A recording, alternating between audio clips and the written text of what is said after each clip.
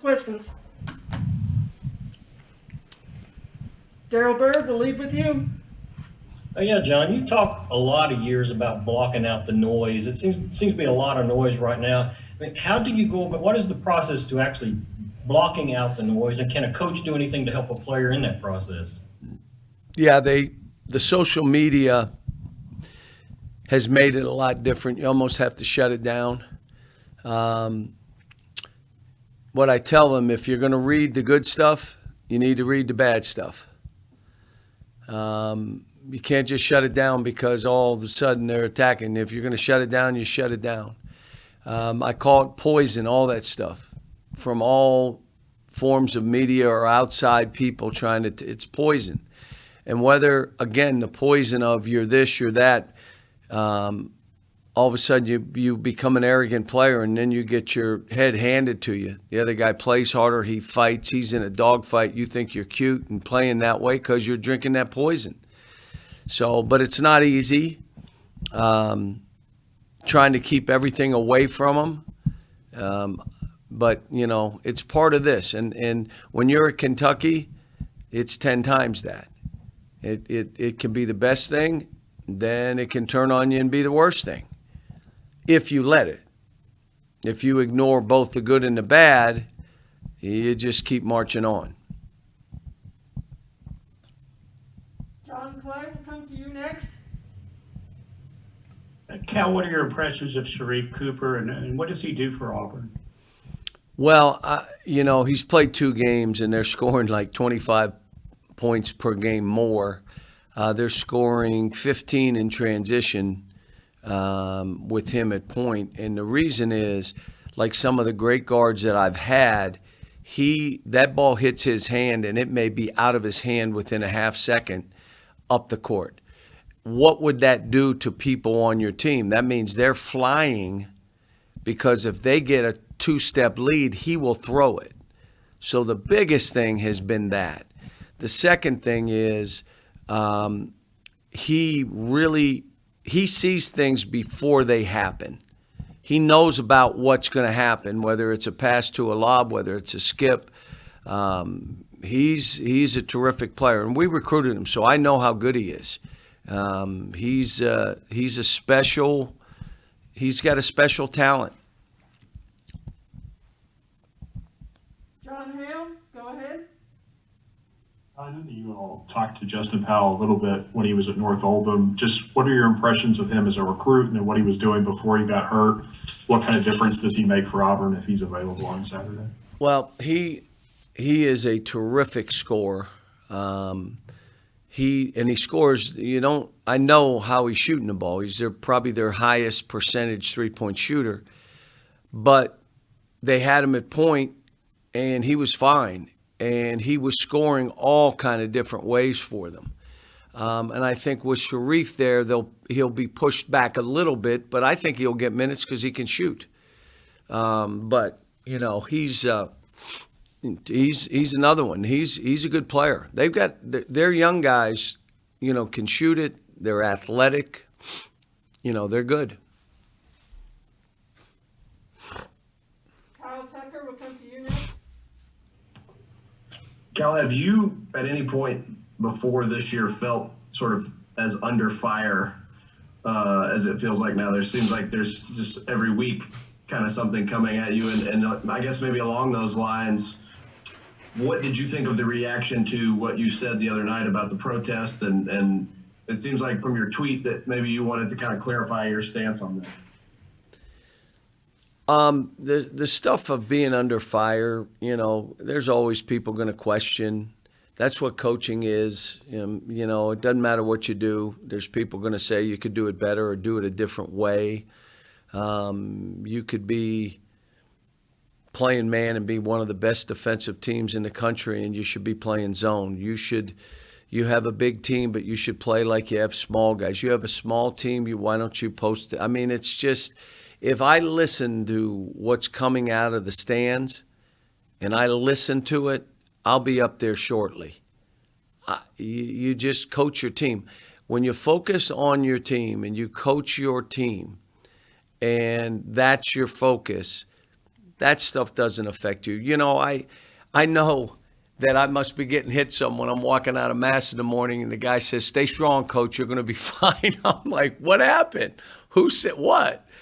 And so, you know, most of the stuff I don't see. You know, you guys could say I'm under total fire. I wouldn't know that. I mean, you know, if there's something I need to deal with, I'll ask the guys, Eric,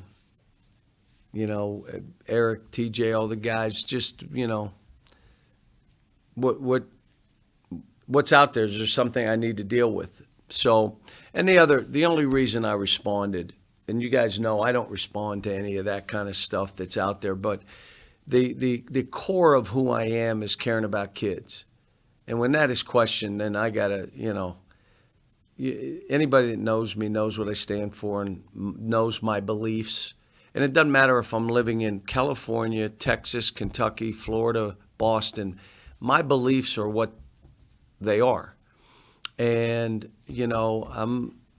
I made the statement, I stand by these kids. I believe in these kids, and they know that. So, you just, again, you march on, you do what you think is right. Doing what's right's not always popular, and doing what's popular is not always right. And that's why you got to fall back on your faith and your belief system. Jerry Tipton, we'll come to you next.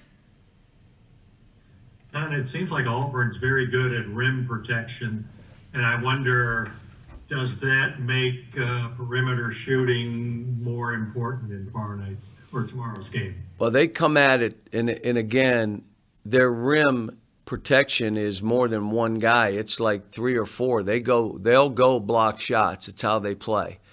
But it's not like you can't go at them. The spacing of the court and all other things matter in this game. Being strong at the rim matters in this game. But I think they block shots, and I hate to tell you, I think we usually block shots too. Both of us. I wonder if you, when I watch Sharif, I think of Tyler Eulis. I thought of that too. Like, he plays a lot like he played. Tyler had a little different kind of game to him, but they have similarities.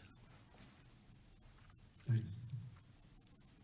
John Wong, go ahead. Hey, John, I'm going to toss you a softball.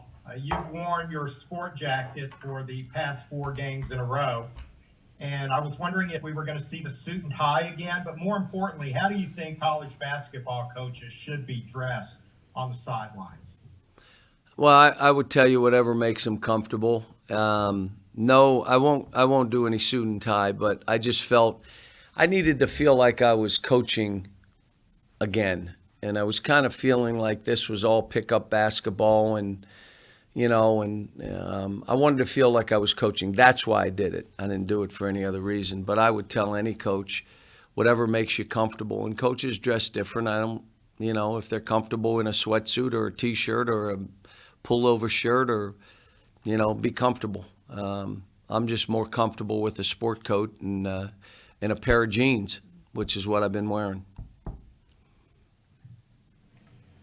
Daryl Bird, we'll circle back to you. Yeah, John, BJ and Sharif Cooper are really close, have been for a very long time. Sharif's off to a fast start. BJ struggling. Are you concerned at all he's going to try to keep up with his old buddy and try and play kind of outside himself, trying to match him tomorrow? We talked about it. So I've already addressed it with BJ. I said, you are getting better. Stay the course. You are getting better. Stay the course. For all my guys, I keep saying, if you're not playing well athletically or offensively, do what Anthony Davis did. Do what Michael Kidd did. They didn't worry about it. They got it in other ways.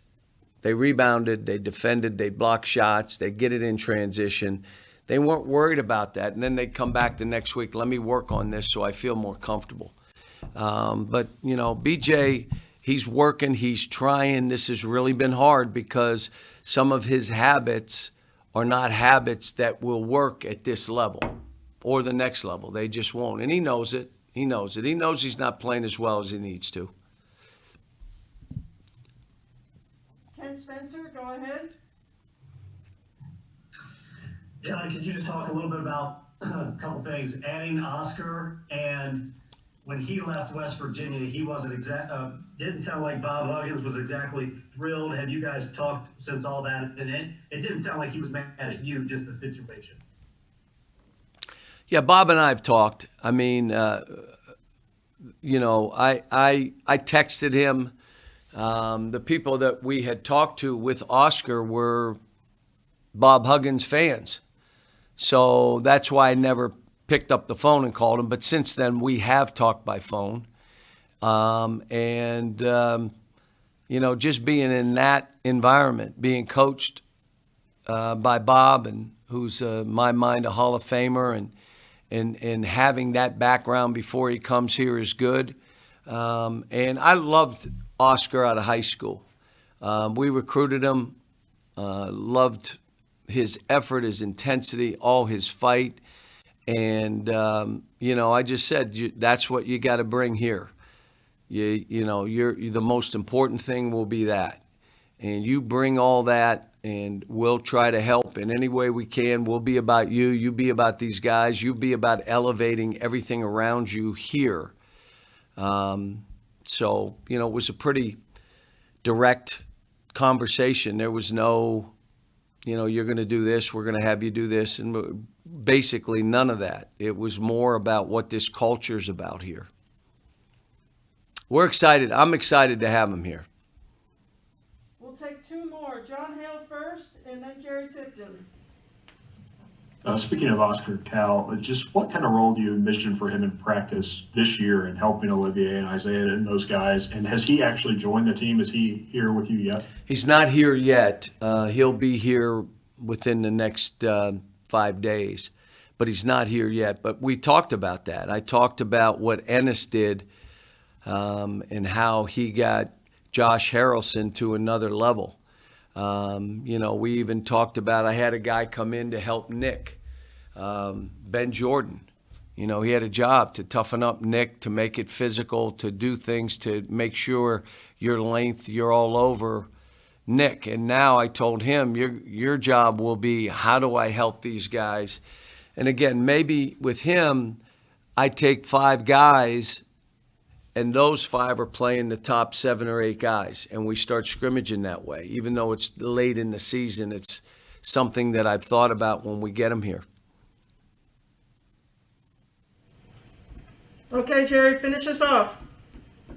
Yeah, John, road teams have done relatively well in the SEC so far this season. What, if anything, should we read into that? No fans. You know, I talked about the NBA bubble.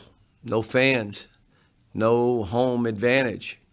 You play all season to get that home court advantage, and it had no bearing and hurt some teams that would have had home court. For us, our building is, you know, you just don't win many games in Rupp Arena, and opponents don't. And now, even though we have 3,000, the building, it's a 25,000 people, and you're down to 3,000. It's a big difference. And the same with Florida, and the same with, you know, it's different.